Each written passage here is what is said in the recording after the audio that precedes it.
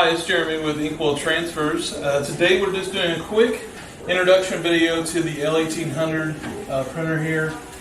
Doing one of these for each type of printer that we have, just so we can lay out the parts and where things are on the printer. Next we'll have a video that will instruct you on the initial setup for the printer. One thing to mention in every video we have for these and any printer is that the first thing you want to do before you start working on a printer is to work on your software. The kits are going to come with some software dongles, USB dongles to install software on the computer. You do want to go ahead and do that first because if there's any needs with trying to fix or get that set up, you want to get that done and ready to go for printing. So when you go to do your setup for your printer, you're not delayed with the software at some point. And you've already put ink in the printer. You want to go ahead and just get that done first. Okay, so the L18 setup, everything that's involved with this printer, like I said, we've got the software, the printer, which I'll go over parts here in just a second. You've got a power cord here, your main power cord, obviously. Other parts that come with it, there is an extra damper here. You got your data cord that is hooked into the back from the printer to the computer. You've got a cleaning stick that's used under and around the print head, and a syringe there for loading ink and setting up the dampers. Like I mentioned, we will show that video in the setup on using those. This is an extra damper, like I mentioned. All right, tray, exit tray. I'll show that before we do the printer. Obviously my table ends here, but the exit tray, you're going to want to have this set up here. There's little notches to put it in. But you're going to want to have it set up on the table where this is going to set flat. I think they have this made to where if you're on a flat table, it's going to be completely leveled here if you're just on a regular table. But you're going to need your table to go out a little farther, obviously, to be under this. This is important because you want your film to come out of the printer completely level. That eliminates any head strikes as the printer is moving along. Alright, so that's where that goes.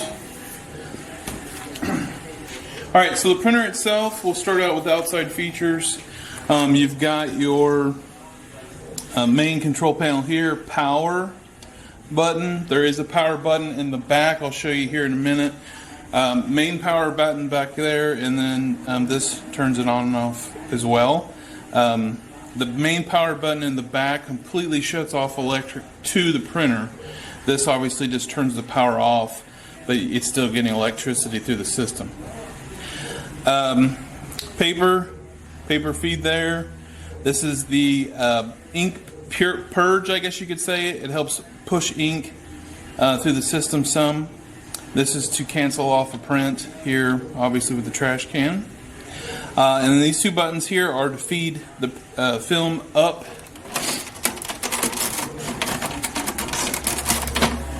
Lid's stuck. There we go. Once you put your film in here, it helps to load it down in there. You can move and adjust the film that way. This top here opens.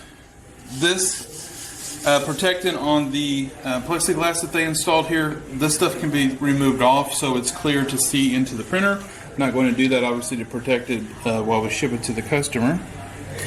The main area here that we're looking at is obviously where the print head's moving back and forth across the film. One thing to note down here is there is a washout bay there that it is a good idea to, you can use maybe some fine felt here like we've got there that you can cut to fit into the hole, maybe put a couple layers. You can also just use some paper towel. But ink is going to come over and spray out here during cleanings. Oh, there's the felt piece we had in there. So you want to have something in there to catch that ink and then clean that out periodically. You don't have to do a lot of it, but it will spray ink in there, and it is a good idea to have something in there to absorb that. Over here is obviously where the main print head assembly is. We want to note that it, until you've really learned the printer and you know a lot, you've taken quite a bit of time, do not take any of this apart without connecting with us, just because we want to make sure that we explain to you what you may need to do if you're going to actually take your print head out to change it or to do a more manual cleaning of the print head. You don't really want to take this stuff apart and take things out of here unless you really think you can't get the print head cleaned and ready to go after a lot of printing. Now, you will take this initially apart to purge the dampers. You're going to take out this one screw, okay, and this little piece will come off here, and it comes off pretty simple. Then you're going to independently pull the dampers out. There, I can't. Yeah, I can. Oops.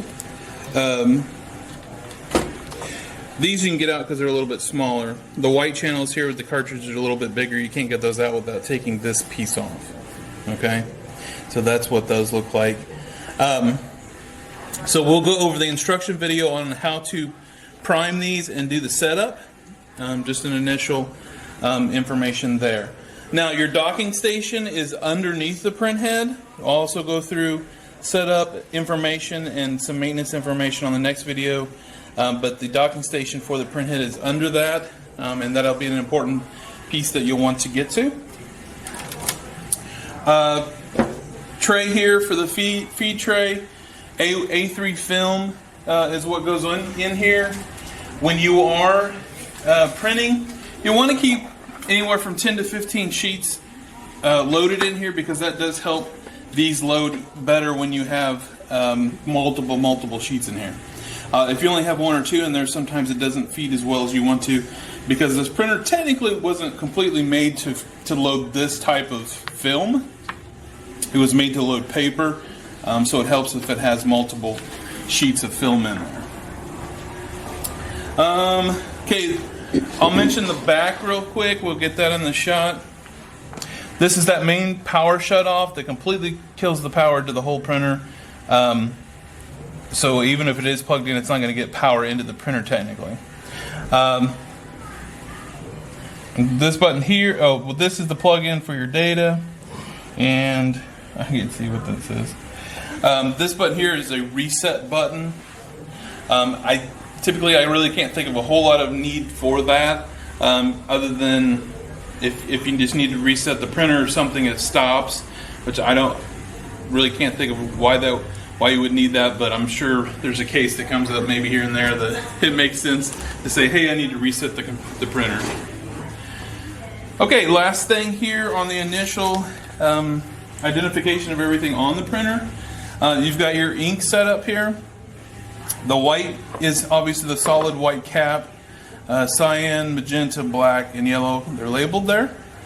The white has a continuous motor that will stir the ink and keep that moving, because the white is the one that has a lot more grit to it, that will overlay the entire prints when you're printing DTF prints. It has a little pump here for white as well that's going to pump the white and push the pressure into these two larger dampers, because again, you're covering everything in DTF completely solid with white to build the underbase on each print. Alright, so next video that you'll see after this, you'll know where things are, what is on the printer at this point.